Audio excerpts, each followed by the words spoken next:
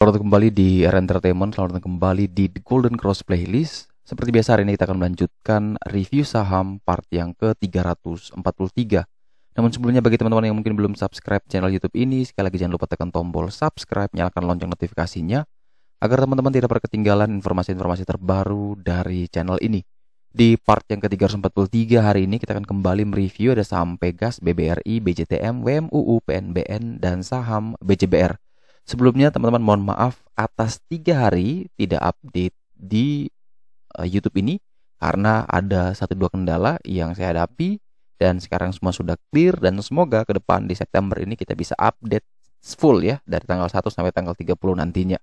Nah, sebelum kita memulai untuk membahas Pegas, maka terlebih dahulu kita melihat pergerakan dari indeks harga saham gabungan di mana IHSG ditutup minus 0,97% di harga 6.090 dengan total transaksi hari ini sekitar 12 triliun, ada 204 saham yang naik, 296 saham turun, dan ada 147 saham yang bergerak stagnan. Kita langsung ke saham pertama yang akan kita review kali ini adalah saham perusahaan gas negara yaitu dengan kode emiten Pegas. Di mana saham Pegas kalau teman-teman perhatikan setelah dia mengalami satu kenaikan dengan adanya candle yang cukup besar, kemudian dia mengalami koreksi dan sekarang sedang kembali berjuang untuk naik. Tadi pagi sempat dia turun ke 1025, namun beruntungnya dia berhasil closing hijau di penutupan hari ini yaitu di harga 1040. Penutupan kali ini berhasil mengamankan posisi Pegas di atas satu tick dari level middle trend line-nya. Jadi kalau kita gambarkan sini teman-teman perhatikan ada yang berwarna abu-abu di garis tengah ini. Ini dia berhasil closing di atas. Artinya apa? Setelah dia bergerak dalam channel uptrendnya, dia berhasil menembus middle trend line, maka next target adalah menuju ke area trend line atas sampai ke area PBH yaitu di 1075. Jadi bagi teman-teman yang mungkin mau membeli saham ini, maka teman-teman bisa pakai dua opsi. Yang pertama, selama dia bertahan di atas 1035, ya silakan bisa pertimbangkan entry 1035 1040, cut loss kurang lebih di 1015 1020 dengan target kenaikan ke 1075 sampai dengan 985. Akan tetapi kalau misalkan besok teman-teman lihat opening langsung dibanting di bawah 1035, ya mending sekalian tunggu ulang lagi di sekitaran area PBL yaitu di area 990 sampai dengan 1000. Kalau kita perhatikan dari broker summary, menurut saya pribadi broker summary-nya menarik baik dari komposisi maupun dari volume. Jadi secara teknikal bagus, fundamental bagus dan memungkinkan besok masih bisa terus melanjutkan kenaikan. Tapi ingat satu hal bahwa di sini bukan ajang untuk membuktikan benar dan salah, tapi kita hanya sebagai bahan pertimbangan buat teman-teman bisa mengambil keputusan, tapi bukan sekali sebuah perintah ajakan untuk melakukan pembelian, hold ataupun sell dari sebuah emiten. Jadi tetap harus depend on your research. Jangan sampai teman-teman main hajar-hajar saja, nanti kalau pas tuh naik ya seneng, tapi kalau pas turun kan nanti mulai menyalahkan. Jadi tetap do your own research dengan bahan pertimbangan yang ada ini, teman-teman riset kembali. Kalau memang ternyata menarik, ya silakan do your action. Tapi kalau jelek, ya mending skip, cari emiten yang lebih bagus. Kemudian selanjutnya kita punya saham ada BBRI, di mana saham Bank Rakyat Indonesia ini ditutup minus 1,02% di harga 3.890, di mana saham ini memang dari pagi sudah bergerak cukup tidak bagus ya, di mana opening langsung dibanting sampai ke level 3.880 dan dia berhasil bertahan lagi di atas level terendah hari ini yaitu di 3.890. Di mana kalau misalkan teman-teman mungkin sudah banyak yang dengar informasi terkait dari rek isu jumbo, di mana BRI menetapkan harga rek isunya di 3.400, sedangkan kenyataannya di market saat ini adalah harganya di 3.800 3.900, yang mana artinya secara psikologis pasti tentu orang akan melepas semua sahamnya. Kenapa? Karena harga rek isunya lebih murah dibandingkan harga market. Jadi kalau orang beli di harga rek issue, maka tentu mereka bisa kembali menjual di harga market, pasti bagus. Namun karena pola pikir yang sama seperti itulah, maka orang-orang yang mungkin hold BBRI, ya trader atau retail yang mungkin hold BBRI yang berekspektasi rek isunya di harga 4.000 mungkin ketika mendapat informasi seperti ini ya memungkinkan mereka untuk melepas dulu, karena apa, mereka punya pemikiran yang sama bahwa kalau REG ISU di bawah harga market, maka kemungkinan besar ya harga market akan mendekati kira-kira dari harga REG ISU, dan itu jaraknya cukup jauh. Maka apakah memungkinkan BBRI dari harga 3.800 bisa sampai ke 3.400? Menurut saya pribadi bisa saja iya, bisa saja tidak. Bisa saja iya kalau misalkan ternyata REG ISU ini tujuannya adalah untuk menambah modal, untuk meningkatkan itu kinerja dari BRI, dan untuk akuisisi atau corporate action lainnya, yang mana BRI sendiri tidak menjadi standby buyer atau tidak ada investor besar yang masuk. Nah, kalau BRI sendiri tidak mengambil posisi, mengambil REG ISU-nya, maka ya menurut saya pribadi harganya akan di-maintain. Karena pasti menginginkan orang-orang yang punya BRI akan tebus REG ISU-nya ya, harga REG BRI. Tapi kalau misalkan tujuannya memang adalah untuk menambah pemegang saham baru, atau misalkan mereka sendiri mau menambah kepemilikan, maka memungkinkan sekali bahwa harga saham itu akan dibanting, yang mana orang yang sudah punya BRI tidak akan menebus harga REG ISU tersebut, dan akhirnya mereka sendiri yang mengambil. Jadi dua pendekatan ini yang selalu saya pakai ketika ada terjadi corporate action, khususnya REG ISU. Jadi REG ISU-nya tujuannya apa nih? Kalau tujuannya memang karena dia hanya ingin mencari modal, maka sangat dimungkinkan dikasih harga REG ISU-nya yang cukup rendah, tapi harga market sudah tinggi. Jadi memungkinkan retail seperti kita untuk menebus. Tapi kalau mereka sendiri yang mau ngambil REG ISU tersebut, maka sangat kecil kemungkinan ya. Pasti harga REG ISU-nya bisa lebih tinggi dari harga market, atau misalkan kalau sudah terlanjur harga market lebih tinggi sedangkan harga REG ISU lebih rendah, maka memungkinkan mereka untuk banting sampai mendekati harga REG ISU. Jadi tergantung strategi dari REG ISU-nya seperti apa. Tapi kita balik lagi ke teknikal. Di sini level support terkuat itu berada di level 3.800, at least kurang lebih ada 90 poin lagi. BBRI akan mencapai area atau mencapai level support terkuatnya. Jadi jebol di bawah 3.800, maka memungkinkan sekali BBRI bisa terus melanjutkan penurunan. Jadi kalau teman-teman yang ingin membeli BBRI, maka perhatikan dulu level pentingnya di 3.800. Kalau memang masih bisa bertahan di sana, ya silakan pertimbangkan untuk entry 3.800, 3.820. Akan tetapi kalau level tersebut jebol, ya yang sudah beli bisa prepare cut loss 3.750, 3.770. Atau kalau yang belum punya sahamnya, ya jangan dulu beli, wait and see sampai nanti kita menunggu ada adjustment pebble baru atau kita mendapatkan level support terbaru dari saham ini. Kalau kita perhatikan dari broker summary, ya menurut saya pribadi secara struktur sudah bagus, tapi secara volume masih belum. Jadi mungkin ini masih memungkinkan dia akan koreksi sedikit lagi sebelum nantinya dia akan mengalami technical rebound. Jadi tetap seperti tadi, balik, coba silakan dicek tujuan BBRI REG ISU untuk apa, dan nanti teman-teman bisa menemukan jawaban sendiri apakah harga sahamnya bisa di-maintain atau dibiarkan terus turun mendekati harga REG ISU-nya. Selanjutnya kita punya saham Bank Jatim, di mana Bank Pembangunan Daerah Jawa Timur ini ditutup minus 0,7% di harga 710. Di mana ya kita tahu sendiri Bank Jatim pergerakannya tidak terlalu volatile, stabil, santai, tapi setiap tahun bagi dividen ini luar biasa. Maka saya lagi coba nih buat program seperti punyanya Pak Andika Sutoro Putra ya, beli bank. Tapi saya mungkin mau coba dengan modal yang minim ya, 1 juta mungkin per bulan, biar teman-teman juga mungkin yang modalnya tidak terlalu besar, ya kita bisa sama-sama ya, karena mungkin saya mau coba di bulan ini, semoga saya bisa rekam ya, record untuk update perkembangan dari portofolio mulai dari bulan September ini sampai nanti 1 tahun ke depan kira-kira jadi seperti apa hasil dari investasi kita.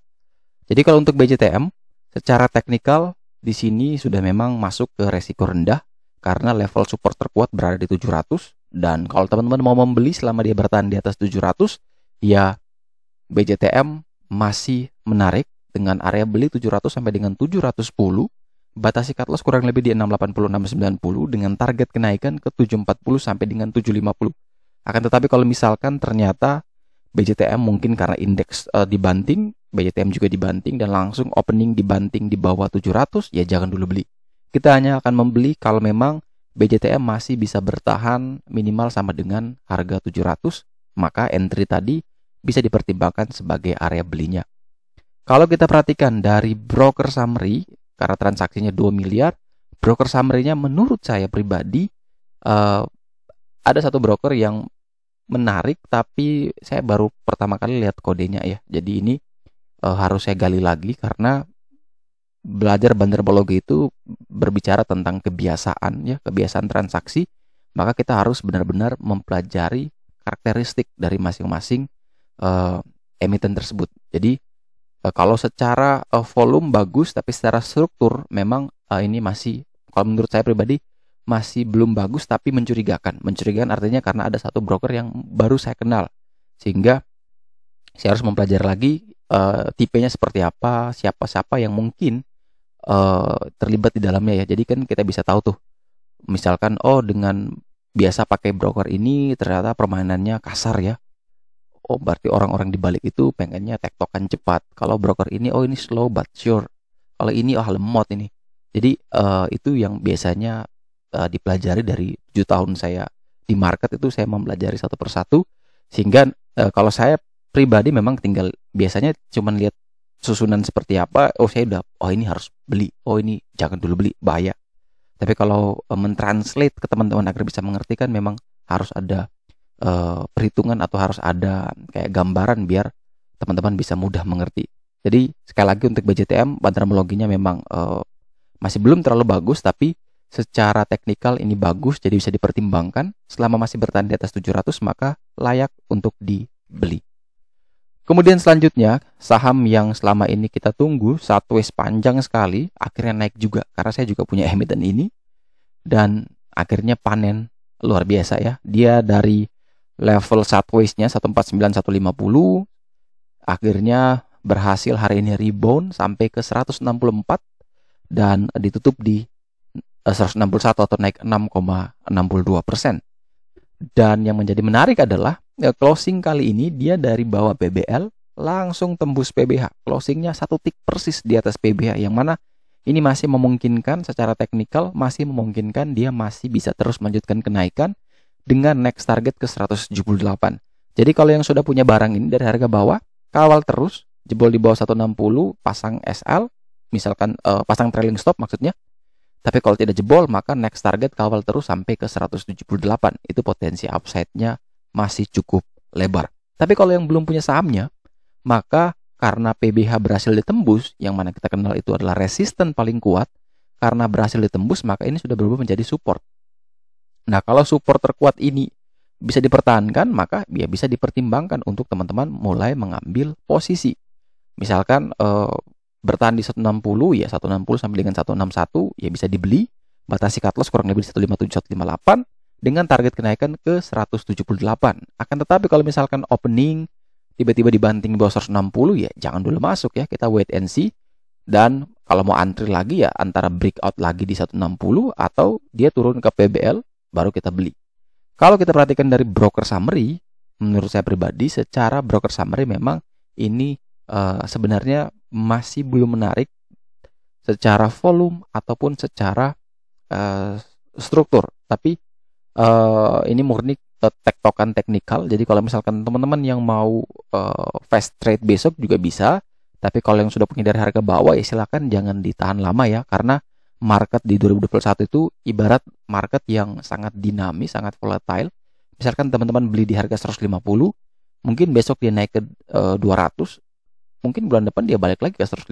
Jadi kalau ditahan dalam rentang waktu yang singkat, itu harganya bisa balik lagi ke harga beli sebelumnya, padahal sudah floating profit. Nah itu yang saya pelajari di 2021, sehingga hampir kebanyakan portofolio saya tidak terlalu hold lama. Jadi 3% lepas, 4% lepas, atau kawal trailing stop. Jadi tidak ditahan lama, karena setiap harinya banyak sekali potensi kenaikan yang luar biasa.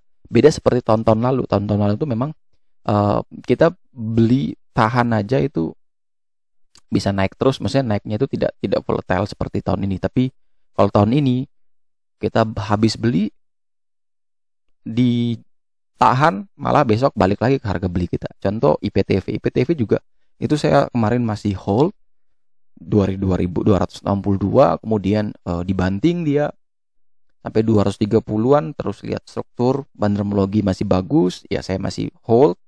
Walaupun secara teknikal harusnya cut loss ya, tapi karena reason to buy saya masih kuat dengan bandermologi, masih hold. Dan kemarin itu confirm meyakinkan, saya masih hold terakhir. Formasinya masih bagus, dan hari ini karena pagi-pagi tadi dia sudah tidak bagus formasinya, dan saya lepas dengan 7%. Karena saya takutnya terulang lagi ya, dia pasti akan kembali lagi. Karena saya tahu saya IPTV sudah 3 kali saya tektok di sana, dan harga belinya nggak jauh-jauh lagi dari harga beli-beli sebelumnya. Nah, contoh juga kayak WMU nih. Takutnya setelah kita hold lama, malah dia balik lagi ke 149, kan repot ya. Mending kita TP dulu. Kalau ternyata dia naik terus, ya masih banyak lah emiten lain yang bisa kita peroleh. Jadi kalau untuk WMUU, pastikan 160 bisa bertahan, ya silakan pertimbangkan entry. Tapi kalau tidak bertahan, ya jangan dulu masuk. Kemudian saham selanjutnya adalah saham Bank Pan Indonesia dengan kode emiten PNBN, di mana saham ini bergerak cukup meyakinkan. Ini selalu konsisten nih. Setelah mengalami penurunan yang cukup masif, PNBN kemudian mulai pelan-pelan naik nih. Sudah 3 hari dia mulai naik pelan-pelan terus ya. Sangat konsisten kenaikannya. Dan apakah kenaikan ini bisa menembus area PBH di 835? Kita tidak tahu. Tapi harga saat ini cukup nanggung. Karena level resistennya berada di 835, harganya di 805, kurang lebih 30 poin lagi. Dan kalau misalkan teman-teman mau entry, maka menurut saya pribadi ini resikonya tinggi. Jadi lebih disarankan memang tunggu sekalian dia breakout dulu lah dari 835. Itu baru kita ada patokan atau pijakan yang bagus lah untuk kita entry. Risk rewardnya juga menarik. Akan tetapi kalau misalkan ternyata teman-teman ngotot mau masuk, ngotot mau entry, ya saya cuma bisa bantu di sini ada beberapa level support bantuan, yaitu di 796, 785. Ya, teman-teman bisa pakai, misalkan kalau buy di 800, 805, ya jebol di bawah itu wajib cut loss. Target kenaikan adalah menuju ke 880. Kalau dari broker summary, menurut saya pribadi, secara struktur broker summary-nya bagus, secara volume juga bagus, dan ini masih mungkin terus melanjutkan kenaikan, tapi hati-hati. Mungkin besok mungkin dia naik tapi membentuk shadow. Hati-hati di sana ya. Jadi tetap disiplin dengan trading plan, tetap ingat tadi panduan-panduannya. Jangan sampai teman-teman jadi cuci piring ya, nyangkut di pucuk dan akhirnya setelah itu tidak mau cut loss, uangnya ngendon dan tidak bisa muter lagi. Dan saham terakhir yang akan kita review di part yang ke-343 hari ini adalah saham BJBR, di mana saham Bank Pembangunan Daerah Jawa Barat ini ditutup minus 0,41% di harga 1.230. Ini juga bergerak sideways ya, sudah mulai sideways seperti BJTM dekat-dekat support, dan ini level PBL-nya juga di 1.220, dan itu merupakan level yang sangat dekat sekali, cuma 2 tick dari harga saat ini. Jadi kalau misalkan teman-teman yang mau membeli, maka selama bertahan di atas 1.220, maka BJBR ini masih sangat aman. Karena teman-teman perhatikan ini masuk dalam kriteria saya, screener saya, yaitu downtrend parah, sideways, dan sudah berada di atas PBL. Jadi di atas dan dekat PBL. Jadi BJBR masuk dalam list screening untuk saya perhatikan besok. Itu kalau misalkan teman-teman yang nonton ini pasti mengerti. Jadi kalau misalkan mau membeli, maka area belinya adalah 1.220 sampai dengan 1.230, batasi cut loss di 1.200 sampai dengan 1.205, dengan target kenaikan adalah menuju ke 1.290 sampai dengan 1.310. Akan tetapi kalau misalkan ternyata BJBR tidak mampu bertahan di 1.220, ya maka mending teman-teman wait and see terlebih dahulu sampai nanti ada adjustment PBL baru, atau dia bisa breakout lagi dari 12.20. Jadi tergantung besok situasi dan kondisi seperti apa. Karena IHSG hari sebelumnya naik meyakinkan, tapi hari ini turun meyakinkan. Jadi tidak ada yang bisa menebak pasti. Jadi tetap disiplin dengan trading plan. Tadi juga ada yang bilang bahwa saya sudah pasang cut loss tapi tetap ditembus kok. Cut loss itu bukan untuk diuji tembus atau tidaknya ya. Cut loss itu hanya untuk membatasi risiko modal kita biar tidak tergerus lebih dalam. Tapi bukan berarti kalau kita batasi cut loss, harga sahamnya naik terus gitu. Jadi kalau kita sudah cut loss di sini, harganya tidak akan ke cut loss itu. Pasti dia terbang, kan tidak mungkin. Ibarat apa ya? Kalau kita lagi di atas kapal ya, berlayar gitu, pasti disiapkan tuh pelampungnya, ada kapal untuk bantuannya. Kalau misalkan kapalnya tenggelam, kita selamat.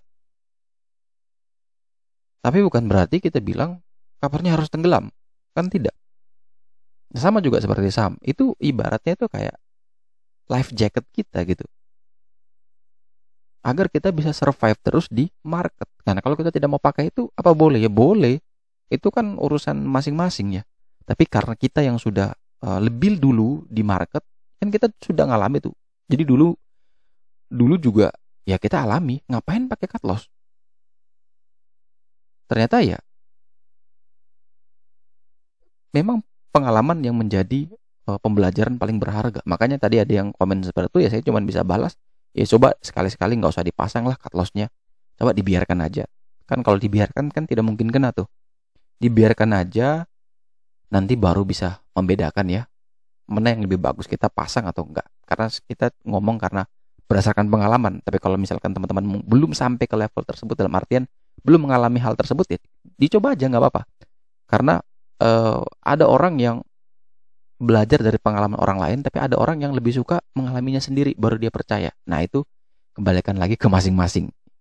Karena 7 tahun itu, 4 tahun saya itu mengalami hal yang sama gitu. Loss berturut-turut terus. Susah. Karena apa? Ya karena tidak mau cut loss. Mainnya volatile sekali, padahal kesibukannya juga tinggi. Ilmunya tidak ada, tapi maunya yang warahan, maunya yang gorengan. Tapi semakin kesini semakin terus belajar, memperbaiki semua, dan akhirnya ya walaupun tidak banyak, tapi setidaknya setiap hari pasti konsisten profit ya. Itu walaupun market jelek bulan ini pun ya tetap masih bisa kita profit setiap hari. Karena kita cepat cut posisi kita dan ambil posisi lain. Kecuali memang kita yakin bahwa oh ini bandarnya sedang mempermainkan nih, dia sengaja nurunin penumpang, biarkan aja lah. Itu beda lagi cerita ya. Tapi kalau yang kita ibaratnya tidak mengetahui hal tersebut, ya murni teknikal, ya wajib cut loss. Tapi kalau berpikir bahwa cut loss itu hanya buat rugi, ya nggak usah dipasang, nggak apa-apa. Karena balik lagi ya, risiko ditanggung masing-masing. Jadi kita mau ingatkan seperti apapun ya, kalau mau tetap seperti itu ya tidak ada yang bertanggung jawab atas uang masing-masing. Oke, sekian dulu review saham part yang ke-343 hari ini. Terima kasih banyak teman-teman yang telah setia menonton. Sekali lagi jangan lupa like, subscribe, dan share agar semua informasi yang dalam video ini dapat berguna, bermanfaat, dan tentunya bisa menjadi panduan trading di keesokan harinya. Sekali lagi terima kasih banyak, sampai jumpa dan semoga membantu.